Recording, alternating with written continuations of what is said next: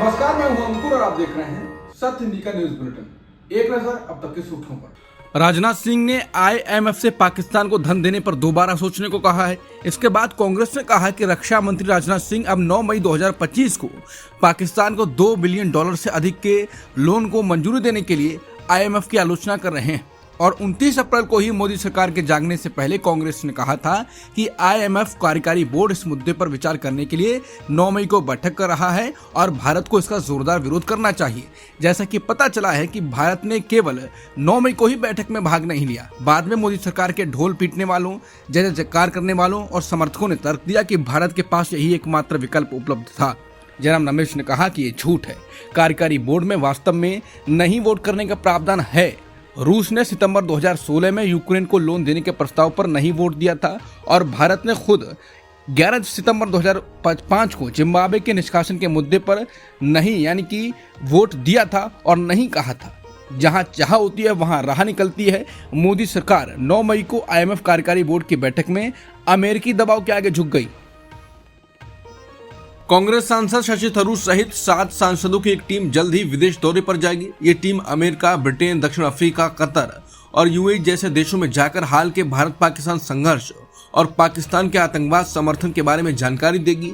22 मई से शुरू होने वाले इस दौरे का मकसद दुनिया को भारत का पक्ष समझाना और पाकिस्तान के झूठे दावों को बेनकाब करना है। ये कदम 22 अप्रैल को जम्मू कश्मीर के पहलगाम में हुए आतंकी हमले के बाद उठाया गया है, जिसमें 26 लोग मारे गए थे। इसके जवाब में भारत ने ऑपरेशन सिंदूर के तहत पाकिस्तान में आतंकी ठिकानों पर हमला किया था। ये पहली बार है जब भारत सभी दलों के सांसदों को मिलाकर ऐसी वैश्विक पहल कर रहा है।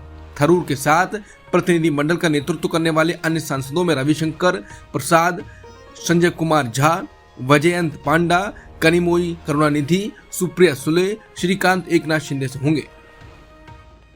भारत की तरफ से 7 सदस्यों का एक सर्वदलीय प्रतिनिधिमंडल समूह कई देशों का दौरा करेगा। इन सदस्यों में कांग्रेस के वरिष्ठ नेता शशि थरूर का भी नाम शामिल है।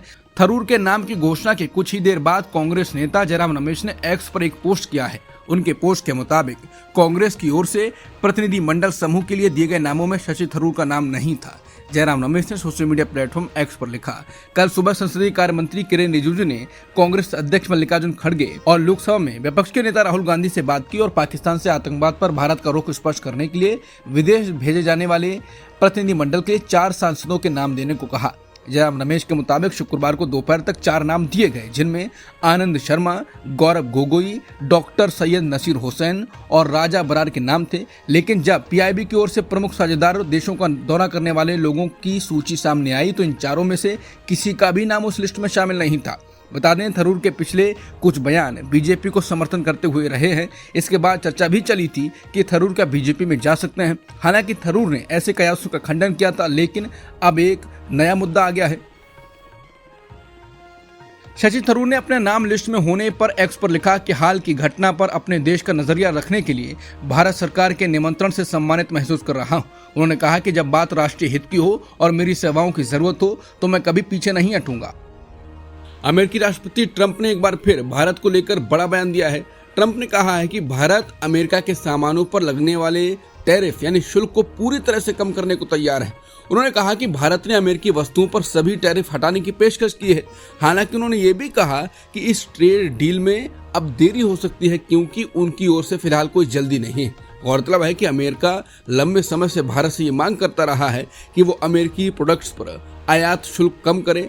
अब देखना होगा इस बयान के बाद भारत सरकार की क्या प्रतिक्रिया आती है। अमेरिकी राष्ट्रपति ट्रंप ने दावा किया है कि अमेरिका के साथ व्यापार करने के लिए भारत अपने टैरिफ में 100% कटौती करने को तैयार है। इसके बाद भारत में हंगामा मच गया है।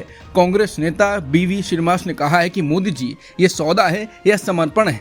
पत्रकार रणवीर ने कहा है कि एक तरफ चीन अपनी शर्तों पर अमेरिका को झुका रहा है, दूसरी तरफ हमारे नेता ट्रंप के आगे झुके जा रहे हैं।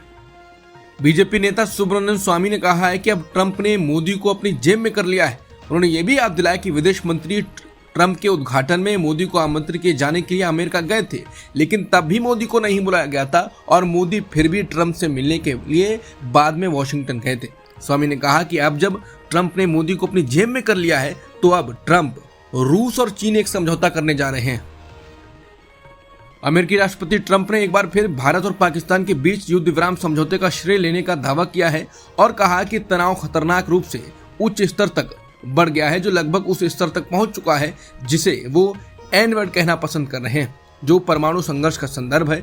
मध्य पूर्व की अपनी यात्रा के दौरान फॉक्स न्यूज को दिए एक साक्षात्कार में ट्रंप ने युद्ध विराम समझौते में अपनी कथित भूमिका को उनकी अब तक की सबसे बड़ी सफलताओं में से एक बताया। पाकिस्तान के प्रधानमंत्री शहबाज शरीफ ने भारत की ओर से की गई जवाबी कार्रवाई पर अब बड़ा बयान दिया है। उन्होंने स्वीकार किया है कि भारतीय वायुसेना द्वारा नूर खान एयरबेस और अन्य ठिकानों पर किए गए हवाई हमलों की जानकारी उन्हें रात 2:30 पर जनरल असीम मुनीर ने फोन कर दी। उन्होंने ये भी दावा किया है कि भारत की तरफ से सीज फायर की पेशकश की गई थी। तुर्की की ग्राउंड हैंडलिंग कंपनी सेलेबीज एविएशन ने दिल्ली कोर्ट में एक याचिका दायर की है। याचिका भारत सरकार की ओर से सुरक्षा मंजूरी रद्द करने के फैसले के खिलाफ है। इस फैसले से कंपनी के भारत के बड़े एयरपोर्ट पर कामकाज पर असर पड़ा है। रॉयटर्स को मिली जानकारी के अनुसार सेलेबी एविएशन की भारतीय यूनिट ने मंजूरी रद्द करने के आधार पर सवाल उठाए हैं। कंपनी ने अपनी याचिका में कहा है कि राष्ट्रीय सुरक्षा के नाम पर मंजूरी रद्द करने का कारण स्पष्ट नहीं है। बता दें, सरकार ने गुरुवार को सेलेबी को भारत में काम करने के लिए जरूरी सुरक्षा मंजूरी रद्द कर दी थी।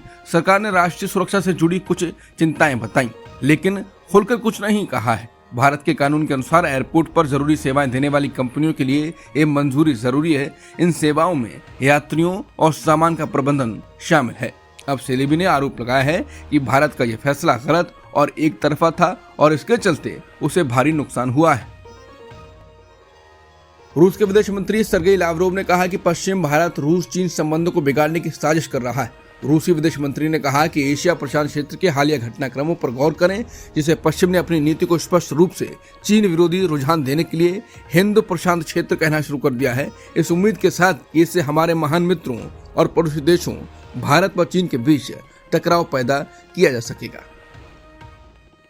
उत्तर प्रदेश की एमपी एमएलए कोर्ट ने राहुल गांधी को तलब किया है और आज सुनवाई होगी। राहुल पर गृह मंत्री अमित शाह के खिलाफ आपत्तिजनक टिप्पणी करने का आरोप है। उत्तर प्रदेश के मथुरा में कथित बांग्लादेशी मूल के 90 लोगों को हिरासत में ले लिया गया है। मथुरा के एसएसपी श्लोक कुमार ने जानकारी दी।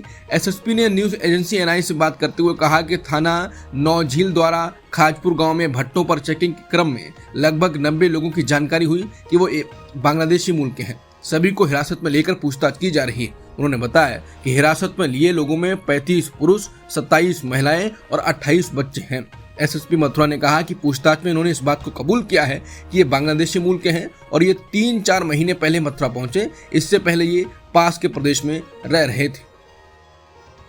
लगातार 2 बार ओलंपिक मेडल विजेता नीरज चोपड़ा ने शुक्रवार को दोहा डायमंड लीग 2025 में 90 मीटर की दूरी पार कर ली। उन्होंने सीरीज में 90.23 मीटर का थ्रो किया है, लेकिन इसके बावजूद वो पहले स्थान पर नहीं रहे और जर्मनी के जूलियन वेबर से पीछे रहकर दूसरे स्थान पर रहे। अब तक की खबरों में इतना ही। बाकी खबरों के लिए बने रहिए सत्यहिंदी.com के साथ।